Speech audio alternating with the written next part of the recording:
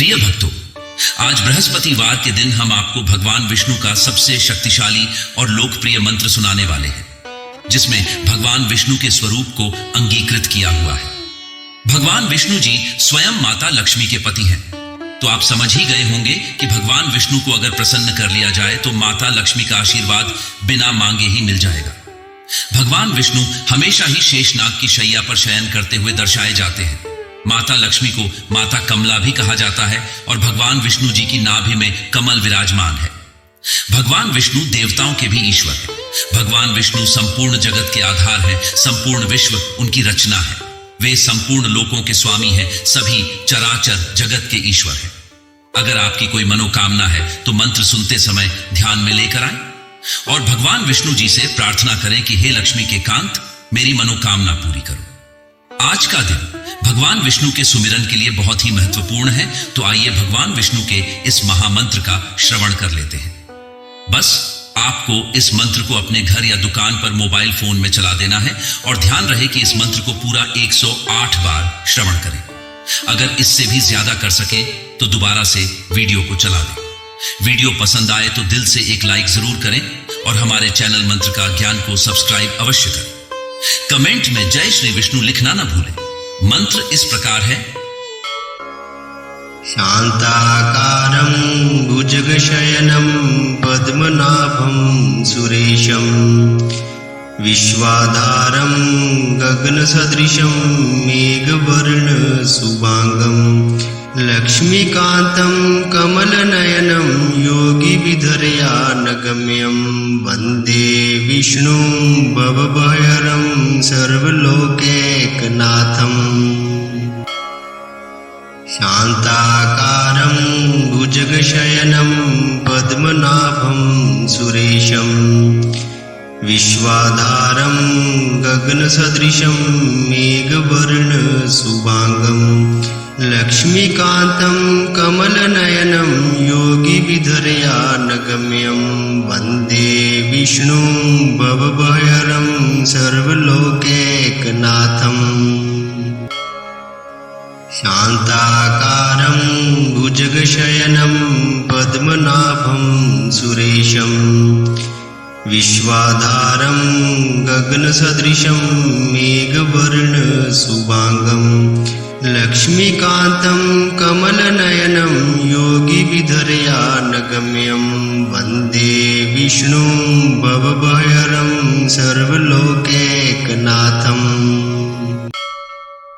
शांताकारं भुजगशयनं पद्मनाभं सुरेशं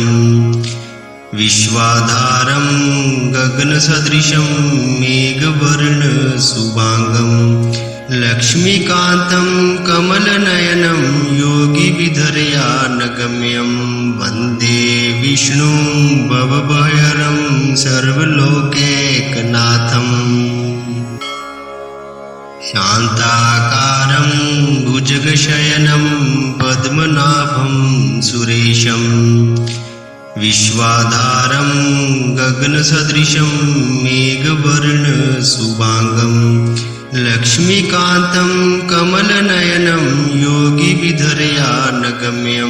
वन्दे विष्णुं भवभयहरं सर्वलोकैकनाथम्। शांताकारं भुजगशयनं पद्मनाभं सुरेशं विश्वाधारं गगनसदृशं मेघवर्ण शुभांगं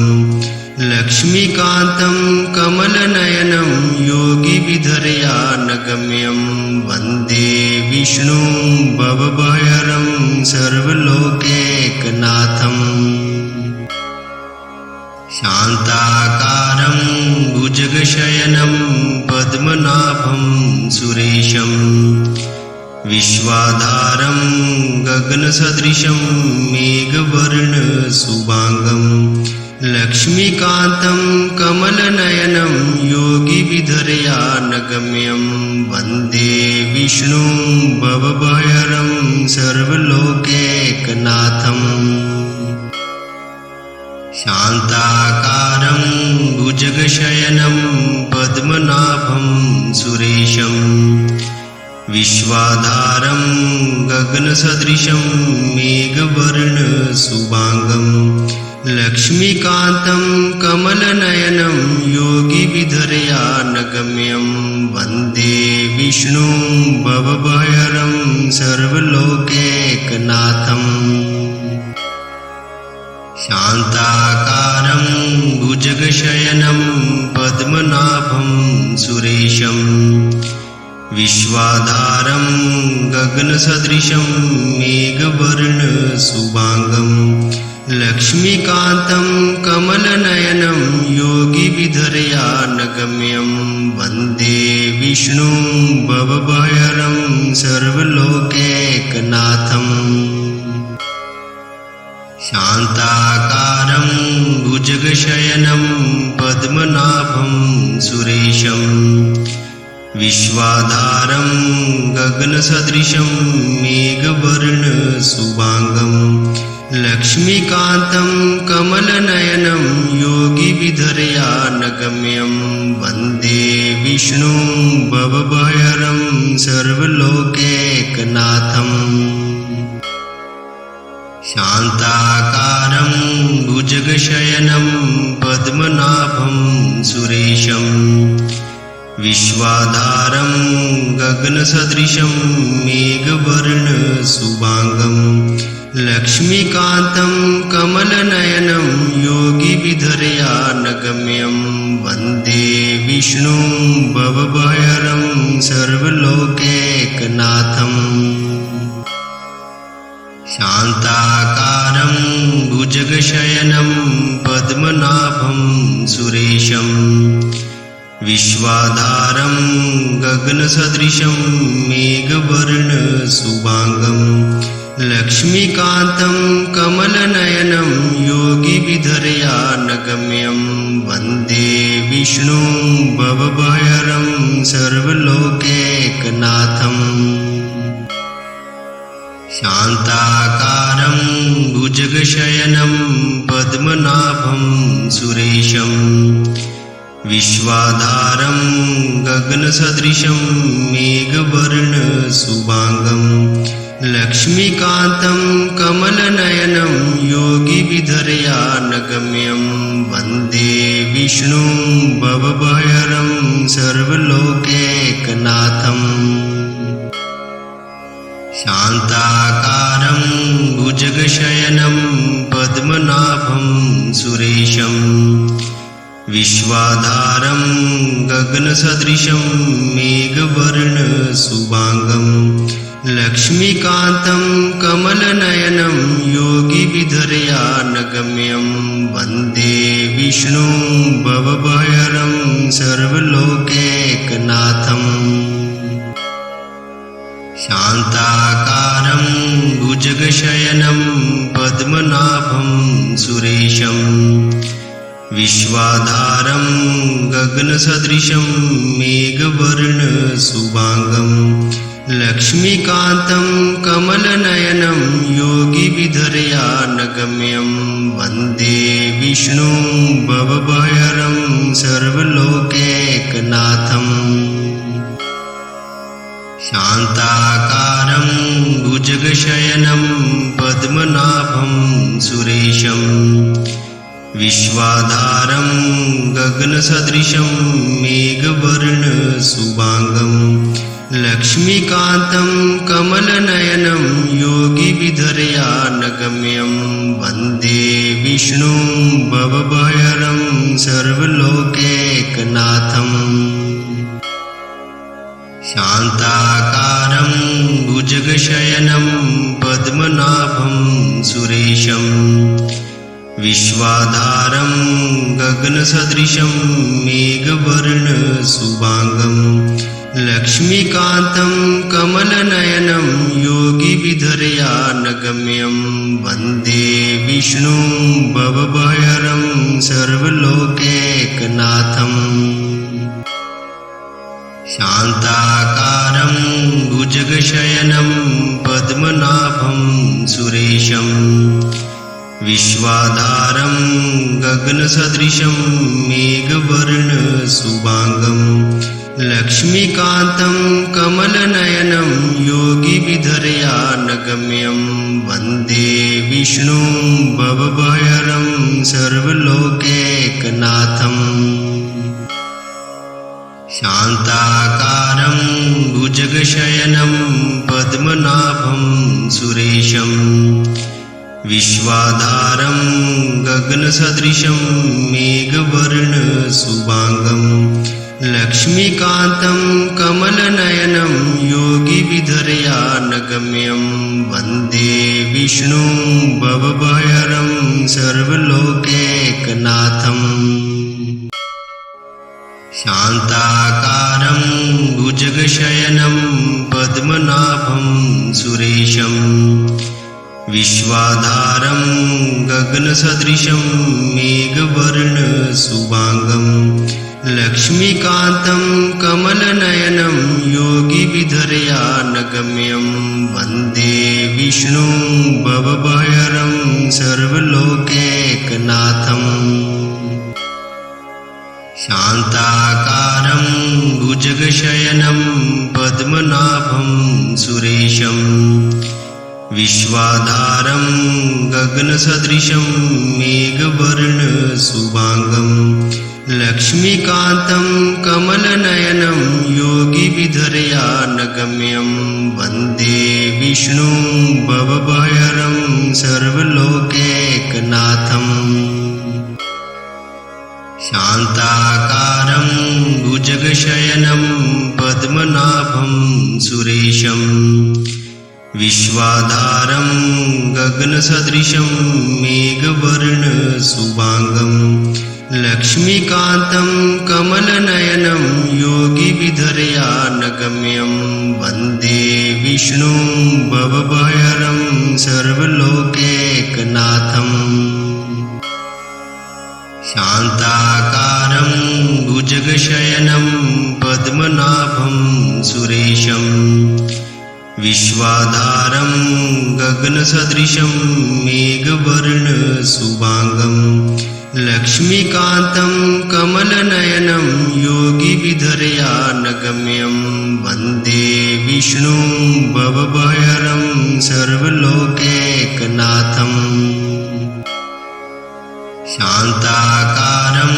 भुजगशयनं पद्मनाभं सुरेशं विश्वाधारं गगनसदृशं मेघवर्णशुभांगं लक्ष्मीकान्तं कमलनयनं योगिविधर्यानगम्यं वन्दे विष्णुं भवभयहरं सर्वलोकैकनाथम् शान्ताकारं भुजगशयनं पद्मनाभं सुरेशं विश्वाधारं गगनसदृशं मेघवर्णशुभांगं लक्ष्मीकान्तं कमलनयनं योगिविधर्यानगम्यं वन्दे विष्णुं भवभयहरं सर्वलोकैकनाथम् शान्ताकारं भुजगशयनं पद्मनाभं सुरेशं विश्वाधारं गगनसदृशं मेघवर्णशुभांगं लक्ष्मीकान्तं कमलनयनं योगिविधर्यानगम्यं वन्दे विष्णुं भवभयहरं सर्वलोकैकनाथम् शान्ताकारं भुजगशयनं पद्मनाभं सुरेशं विश्वाधारं गगनसदृशं मेघवर्णशुभांगं लक्ष्मीकान्तं कमलनयनं योगिविधर्यानगम्यं वन्दे विष्णुं भवभयहरं सर्वलोकैकनाथम् शान्ताकारं भुजगशयनं पद्मनाभं सुरेशं विश्वाधारं गगनसदृशं मेघवर्णशुभांगं लक्ष्मीकान्तं कमलनयनं योगिविधर्यानगम्यं वन्दे विष्णुं भवभयहरं सर्वलोकैकनाथम् शान्ताकारं भुजगशयनं पद्मनाभं सुरेशं विश्वाधारं गगनसदृशं मेघवर्णशुभाङ्गं लक्ष्मीकान्तं कमलनयनं योगिविधर्यानगम्यं वन्दे विष्णुं भवभयहरं सर्वलोकैकनाथम् शान्ताकारं भुजगशयनं पद्मनाभं सुरेशं विश्वाधारं गगनसदृशं मेघवर्णशुभाङ्गं लक्ष्मीकान्तं कमलनयनं योगिविधर्यानगम्यं वन्दे विष्णुं भवभयहरं सर्वलोकैकनाथम् शान्ताकारं भुजगशयनं पद्मनाभं सुरेशं विश्वाधारं गगनसदृशं मेघवर्णशुभाङ्गं लक्ष्मीकान्तं कमलनयनं योगिविधर्यानगम्यं वन्दे विष्णुं भवभयहरं सर्वलोकैकनाथम् शान्ताकारं भुजगशयनं पद्मनाभं सुरेशं विश्वाधारं गगनसदृशं मेघवर्णशुभाङ्गं लक्ष्मीकान्तं कमलनयनं योगिविधर्यानगम्यं वन्दे विष्णुं भवभयहरं सर्वलोकैकनाथम् शान्ताकारं भुजगशयनं पद्मनाभं सुरेशं विश्वाधारं गगनसदृशं मेघवर्णशुभाङ्गं लक्ष्मीकान्तं कमलनयनं योगिविधर्यानगम्यं वन्दे विष्णुं भवभयहरं सर्वलोकैकनाथम् शान्ताकारं भुजगशयनं पद्मनाभं सुरेशं विश्वाधारं गगनसदृशं मेघवर्णशुभाङ्गं लक्ष्मीकान्तं कमलनयनं योगिविधर्यानगम्यं वन्दे विष्णुं भवभयहरं सर्वलोकैकनाथम् शान्ताकारं भुजगशयनं पद्मनाभं सुरेशं विश्वाधारं गगनसदृशं मेघवर्णशुभाङ्गं लक्ष्मीकान्तं कमलनयनं योगिविधर्यानगम्यं वन्दे विष्णुं भवभयहरं सर्वलोकैकनाथम् शान्ताकारं भुजगशयनं पद्मनाभं सुरेशं विश्वाधारं गगनसदृशं मेघवर्णशुभाङ्गं लक्ष्मीकान्तं कमलनयनं योगिविधर्यानगम्यं वन्दे विष्णुं भवभयहरं सर्वलोकैकनाथम् शान्ताकारं भुजगशयनं पद्मनाभं सुरेशं विश्वाधारं गगनसदृशं मेघवर्णशुभाङ्गं लक्ष्मीकान्तं कमलनयनं योगिविधर्यानगम्यं वन्दे विष्णुं भवभयहरं सर्वलोकैकनाथम् शान्ताकारं भुजगशयनं पद्मनाभं सुरेशं विश्वाधारं गगनसदृशं मेघवर्णशुभाङ्गं लक्ष्मीकान्तं कमलनयनं योगिविधर्यानगम्यं वन्दे विष्णुं भवभयहरं सर्वलोकैकनाथम् शान्ताकारं भुजगशयनं पद्मनाभं सुरेशं विश्वाधारं गगनसदृशं मेघवर्णशुभाङ्गं लक्ष्मीकान्तं कमलनयनं योगिविधर्यानगम्यं वन्दे विष्णुं भवभयहरं सर्वलोकैकनाथम् शान्ताकारं भुजगशयनं पद्मनाभं सुरेशं विश्वाधारं गगनसदृशं मेघवर्णशुभाङ्गं लक्ष्मीकान्तं कमलनयनं योगिविधर्यानगम्यं वन्दे विष्णुं भवभयहरं सर्वलोकैकनाथम् शान्ताकारं भुजगशयनं पद्मनाभं सुरेशं विश्वाधारं गगनसदृशं मेघवर्णशुभाङ्गं लक्ष्मीकान्तं कमलनयनं योगिविधर्यानगम्यं वन्दे विष्णुं भवभयहरं सर्वलोकैकनाथम् शान्ताकारं भुजगशयनं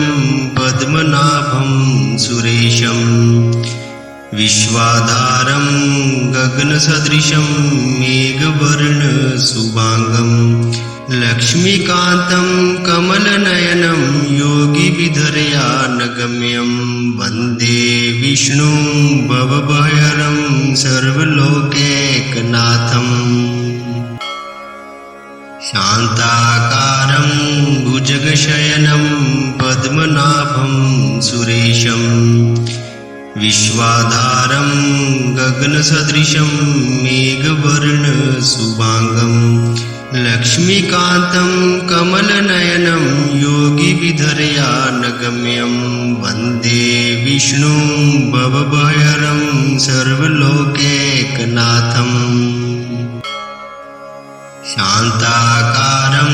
भुजगशयनं पद्मनाभं सुरेशं विश्वाधारं गगनसदृशं मेघवर्णशुभाङ्गं लक्ष्मीकान्तं कमलनयनं योगिविधर्यानगम्यं वन्दे विष्णुं भवभयहरं सर्वलोकैकनाथम् शान्ताकारं भुजगशयनं पद्मनाभं सुरेशं विश्वाधारं गगनसदृशं मेघवर्णशुभाङ्गं लक्ष्मीकान्तं कमलनयनं योगिविधर्यानगम्यं वन्दे विष्णुं भवभयहरं सर्वलोकैकनाथम् शान्ताकारं भुजगशयनं पद्मनाभं सुरेशं विश्वाधारं गगनसदृशं मेघवर्णशुभाङ्गं लक्ष्मीकान्तं कमलनयनं योगिविधर्यानगम्यं वन्दे विष्णुं भवभयहरं सर्वलोकैकनाथम् शान्ताकारं भुजगशयनं पद्मनाभं सुरेशं विश्वाधारं गगनसदृशं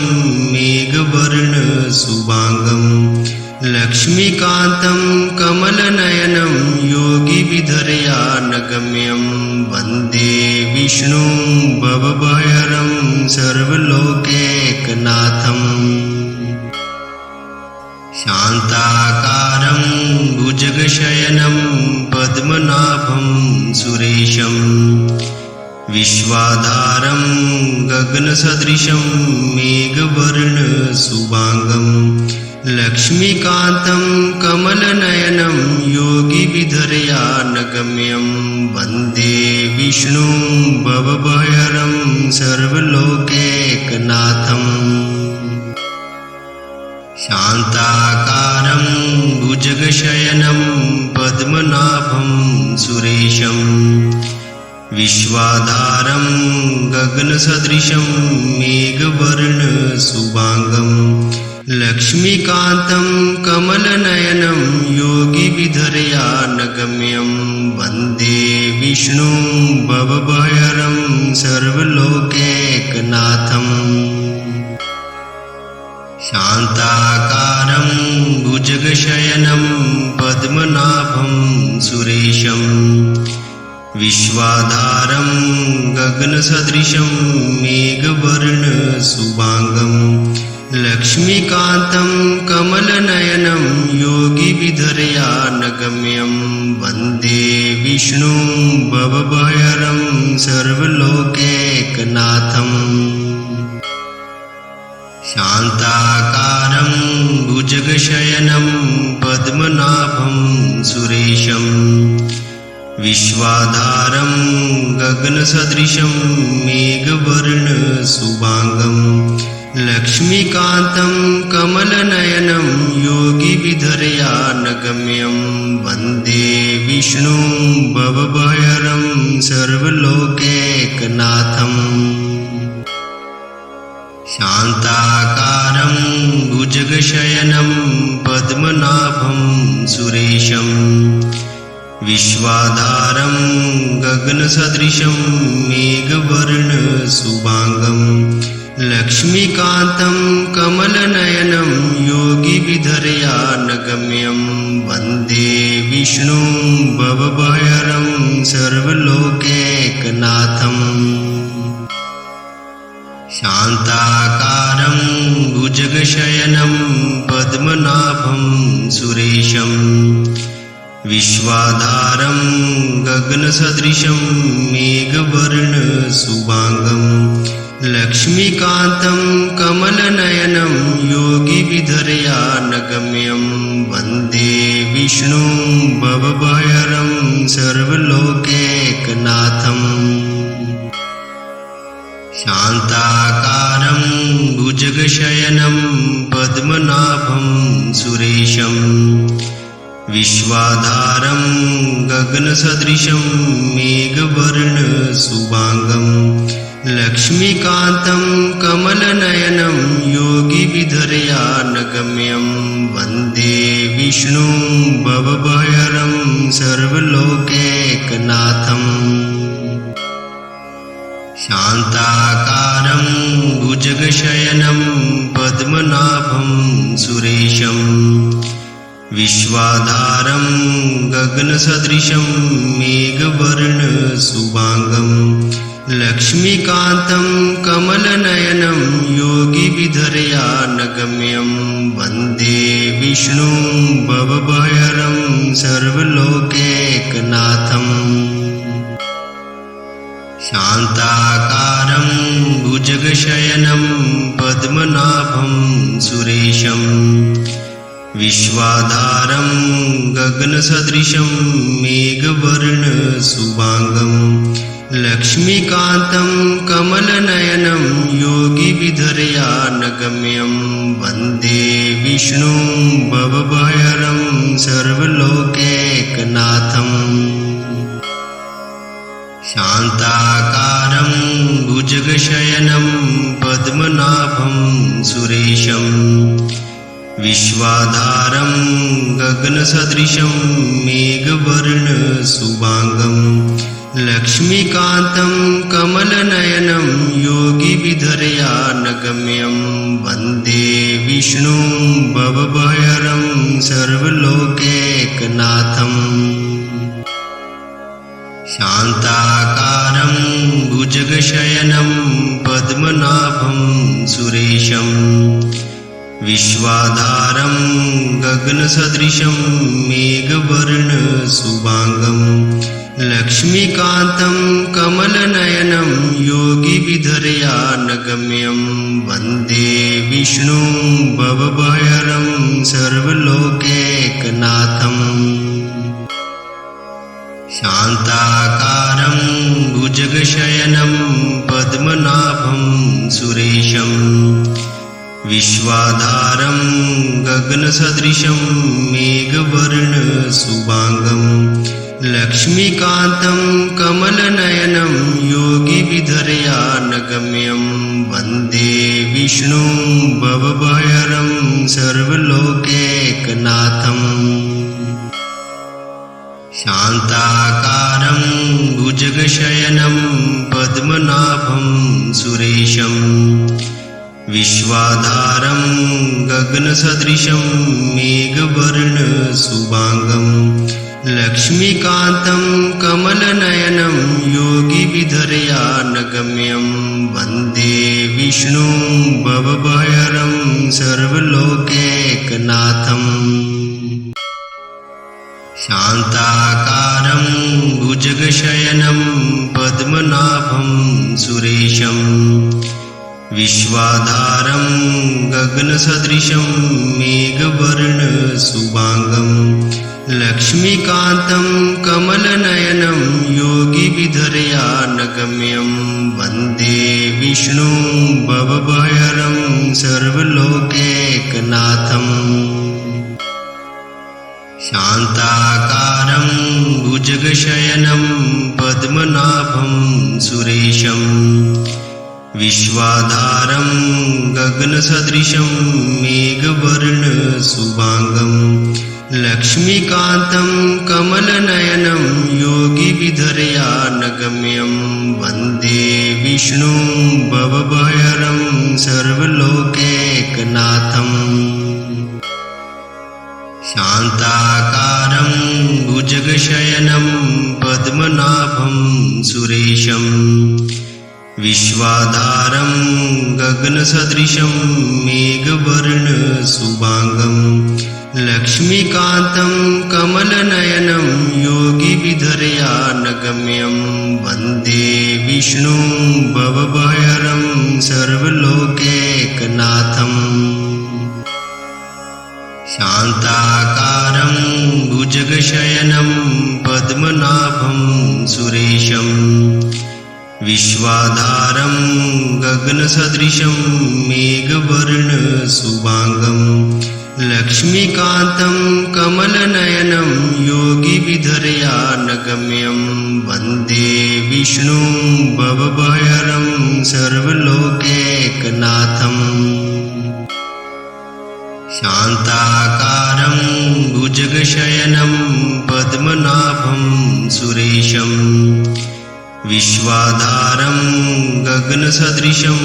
मेघवर्णशुभाङ्गं लक्ष्मीकान्तं कमलनयनं योगिविधर्यानगम्यं वन्दे विष्णुं भवभयहरं सर्वलोकैकनाथम् शान्ताकारं भुजगशयनं पद्मनाभं सुरेशं विश्वाधारं गगनसदृशं मेघवर्णशुभाङ्गं लक्ष्मीकान्तं कमलनयनं योगिविधर्यानगम्यं वन्दे विष्णुं भवभयहरं सर्वलोकैकनाथम् शान्ताकारं भुजगशयनं पद्मनाभं सुरेशं विश्वाधारं गगनसदृशं मेघवर्णशुभाङ्गं लक्ष्मीकान्तं कमलनयनं योगिविधर्यानगम्यं वन्दे विष्णुं भवभयहरं सर्वलोकैकनाथम् शान्ताकारं भुजगशयनं पद्मनाभं सुरेशं विश्वाधारं गगनसदृशं मेघवर्णशुभाङ्गं लक्ष्मीकान्तं कमलनयनं योगिविधर्यानगम्यं वन्दे विष्णुं भवभयहरं सर्वलोकैकनाथम् शान्ताकारं भुजगशयनं पद्मनाभं सुरेशं विश्वाधारं गगनसदृशं मेघवर्णशुभांगं लक्ष्मीकान्तं कमलनयनं योगिविधर्यानगम्यं वन्दे विष्णुं भवभयहरं सर्वलोकैकनाथम् शान्ताकारं भुजगशयनं पद्मनाभं सुरेशं विश्वाधारं गगनसदृशं मेघवर्णशुभांगं लक्ष्मीकान्तं कमलनयनं योगिविधर्यानगम्यं वन्दे विष्णुं भवभयहरं सर्वलोकैकनाथम् शान्ताकारं भुजगशयनं पद्मनाभं सुरेशं विश्वाधारं गगनसदृशं मेघवर्णशुभांगं लक्ष्मीकान्तं कमलनयनं योगिविधर्यानगम्यं वन्दे विष्णुं भवभयहरं सर्वलोकैकनाथम् शान्ताकारं भुजगशयनं पद्मनाभं सुरेशं विश्वाधारं गगनसदृशं मेघवर्णशुभांगं लक्ष्मीकान्तं कमलनयनं योगिविधर्यानगम्यं वन्दे विष्णुं भवभयहरं सर्वलोकैकनाथम् शान्ताकारं भुजगशयनं पद्मनाभं सुरेशं विश्वाधारं गगनसदृशं मेघवर्णशुभांगं लक्ष्मीकान्तं कमलनयनं योगिविधर्यानगम्यं वन्दे विष्णुं भवभयहरं सर्वलोकैकनाथम्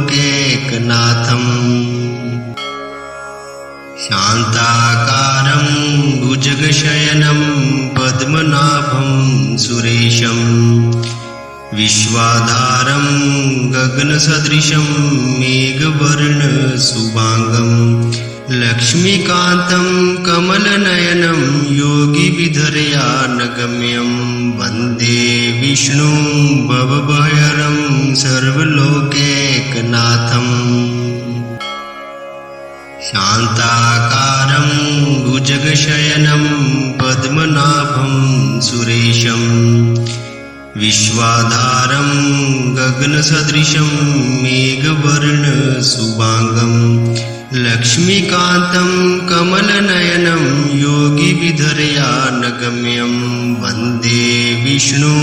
भवभयहरं सर्वलोकैकनाथम् शान्ताकारं भुजगशयनं पद्मनाभं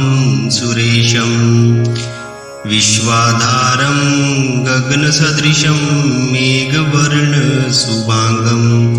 लक्ष्मीकान्तं कमलनयनं योगिविधर्यानगम्यं वन्दे विष्णुं भवभयहरं सर्वलोकैकनाथम् शान्ताकारं भुजगशयनं पद्मनाभं सुरेशं विश्वाधारं गगनसदृशं मेघवर्णशुभांगं लक्ष्मीकान्तं कमलनयनं योगिविधर्यानगम्यं वन्दे विष्णुं भवभयहरं सर्वलोकैकनाथम् शान्ताकारं भुजगशयनं पद्मनाभं सुरेशं विश्वाधारं गगनसदृशं मेघवर्णशुभांगं लक्ष्मीकान्तं कमलनयनं योगिविधर्यानगम्यं वन्दे विष्णुं भवभयहरं सर्वलोकैकनाथम् शान्ताकारं भुजगशयनं पद्मनाभं सुरेशं विश्वाधारं गगनसदृशं मेघवर्णशुभाङ्गं लक्ष्मीकान्तं कमलनयनं योगिविधर्यानगम्यं वन्दे विष्णुं भवभयहरं सर्वलोकैकनाथम् शान्ताकारं भुजगशयनं पद्मनाभं सुरेशं विश्वाधारं गगनसदृशं मेघवर्णशुभाङ्गं लक्ष्मीकान्तं कमलनयनं योगिविधर्यानगम्यं वन्दे विष्णुं भवभयहरं सर्वलोकैकनाथम्